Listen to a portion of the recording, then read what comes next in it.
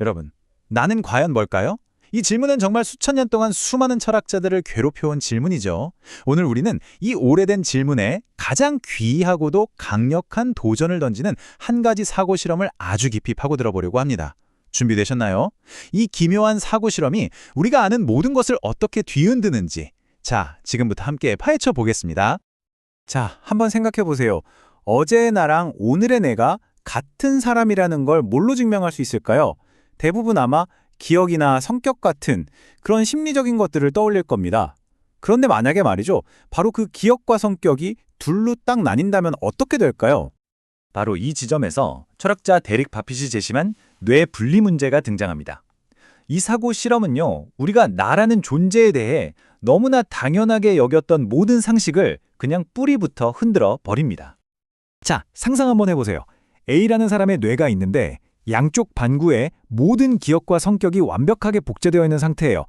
그리고 이 두 반구를 각각 새로운 몸에 이식하는 겁니다. 그 결과 A의 모든 것을 완벽하게 물려받은 B와 C라는 두 사람이 깨어나요. 기억, 성격, 하다못해 내일 뭘 할 계획인지까지 전부 다요. 그러니까 심리적으로는 그냥 완벽한 A 그 자체인 거죠, 둘 다.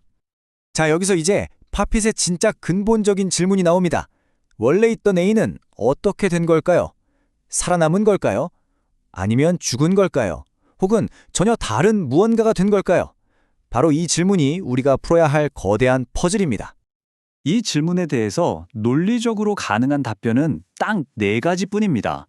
그런데 말이죠, 이 슬라이드 부제가 딱 말해주듯이 놀랍게도 이 4가지 선택지가 전부 다 심각한 문제에 부딪히게 됩니다. 자, 하나씩 살펴볼까요? 가능한 시나리오는 이렇습니다. A가 B랑 C 둘 다이거나 아니면 둘 중 하나만 A거나 그것도 아니면 A는 그냥 완전히 사라져버렸거나 어때요? 겉보기엔 되게 간단하죠. 하지만 각 선택지를 파고들면 이 퍼즐이 왜 그렇게 골치 아픈지 드러나기 시작합니다. 자, 첫 번째부터 바로 막힙니다. 논리학에 아주 기본 규칙이 하나 있어요. A가 B랑 같고 또 A가 C랑 같다면 당연히 B랑 C도 같아야 하잖아요? 이걸 동일성의 이행성이라고 부르는데요. 근데 B랑 C는 수술이 끝나고 각자 다른 곳에서 다른 인생을 살게 될 명백히 다른 두 사람이란 말이죠. 그러니까 A가 둘 다일 수는 없는 겁니다. 이건 논리적으로 불가능해요. 좋아요. 그럼 둘 중 하나만 A라고 해볼까요? 이것도 이상해요. B하고 C는 A의 뇌를 정확히 반반씩 완벽하게 똑같은 조건으로 물려받았잖아요. 심리적으로도 완전히 똑같고요.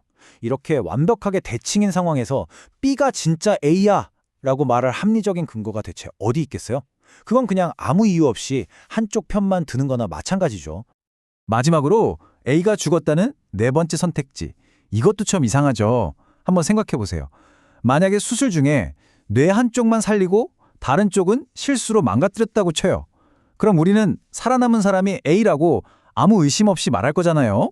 그런데 뇌 양쪽을 모두 성공적으로 살려냈더니 결과가 완전한 실패, 즉 죽음이 된다? 이게 말이 되나요? 파핏이 바로 이 점을 콕 집어서 말합니다.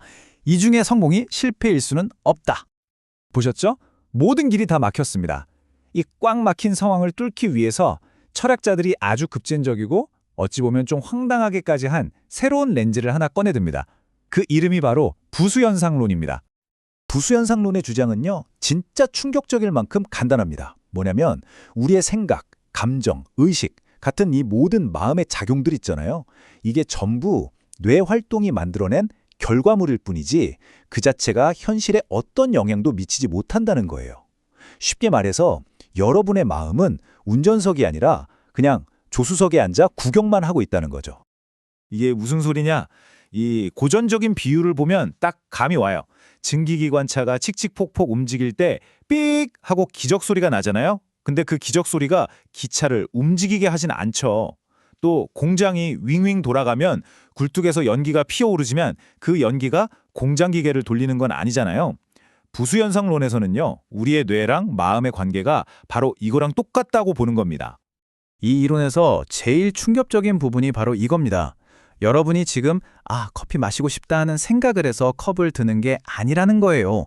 그게 아니라 여러분 뇌에 있는 신경세포들이 물리적으로 작용해서 팔을 움직이게 하는 거고, 마시고 싶다는 그 생각은 그 과정에서 그냥 피어오르는 연기처럼 아무런 힘도 없는 부산물에 불과하다는 거죠. 와, 진짜 놀라운 주장 아닌가요? 자, 그럼 이 엄청난 이론, 이 부수현상론이라는 렌즈로 뇌 분리 문제를 다시 한번 들여다보죠. 과연 이게 우리한테 해답을 줄 수 있을까요? 여기서 아주 재밌는 일이 벌어지는데요. 이 이론이 어떤 면에서는 기가 막힌 설명을 해주지만 정작 가장 중요한 질문에는 답변을 못합니다. 부수현상론은요, B와 C가 왜 둘 다 나는 A다 라고 그렇게 굳게 믿는지 이걸 아주 시원하게 설명해 줍니다. 왜냐? 그들의 믿음이나 기억은 사실 아무런 힘이 없고 그냥 그들이 물려받은 뇌라는 기계가 만들어내는 필연적인 결과물일 뿐이라는 거죠. 똑같은 설계도로 만든 라디오 2대에서 똑같은 방송이 나오는 것처럼 똑같은 정보를 가진 뇌 2개에서 똑같은 생각이 나오는 건 너무나 당연하다 이겁니다. 하지만 여기서 진짜 결정적인 질문이 나옵니다. 그들이 왜 그렇게 느끼는지 설명하는 거랑 그들 중에 실제로 누가 A인지를 밝히는 건 전혀 다른 문제잖아요. 부수현상론이 과연 이 두 번째 질문에도 답을 할 수 있을까요? 바로 여기서 부수현상론의 치명적인 한계가 드러납니다. 이 이론에 따르면 마음은 아무런 힘이 없다고 했죠? 그렇다는 건 B와 C가 아무리 목청 높여 내가 진짜 A야 라고 외쳐도 그 마음의 소리는 증거가 될 수 없다는 뜻입니다. 왜냐면 그건 진실을 말하는 증언이 아니라 그냥 뇌라는 기계가 자동으로 삑삑 울리는 소리에 불과하니까요. 결국 부수현상론은 이 퍼즐을 풀지 못해요. 대신 뭘 하냐면요, 문제의 본질 자체를 슬쩍 다른 곳으로 옮겨놓습니다. 마치 잘하는 마술사가 우리 시선을 다른 데로 돌리는 것처럼 말이죠. 생각해보세요. 심리적인 모든 것들, 그러니까 기억이나 믿음 같은 걸 증거 목록에서 싹 다 지워버렸어요. 그럼 이제 정체성을 판단할 기준이 뭐만 남았을까요? 그렇죠. 오직 눈에 보이는 물리적인 것, 즉 뇌와 몸의 연속성만 남게 되는 겁니다. 문제가 해결된 게 아니라 심리의 영역에서 물리의 영역으로 그냥 이사를 가버린 거죠. 자, 이 표를 보시면 모든 게 한눈에 들어옵니다. 저기 가운데 부수현상론 칸을 한번 보세요. 누가 A인가라는 질문에 대한 답변이 뭐라고 되어 있죠? 네, 독자적 답변 없음이에요. 이 이론은 스스로 답을 못 내놔요. 그래서 결국 오른쪽에 있는 물리주의 이론의 답, 즉 A는 사라졌고 B와 C는 새로운 존재다라는 결론을 그냥 빌려올 수밖에 없게 되는 겁니다.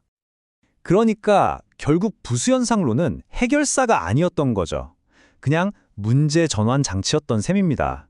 누가 A의 마음을 가졌는가라는 어려운 질문을 누가 A의 몸을 가졌는가라는 어쩌면 더 간단한 질문으로 바꿔치기 한 것에 불과합니다.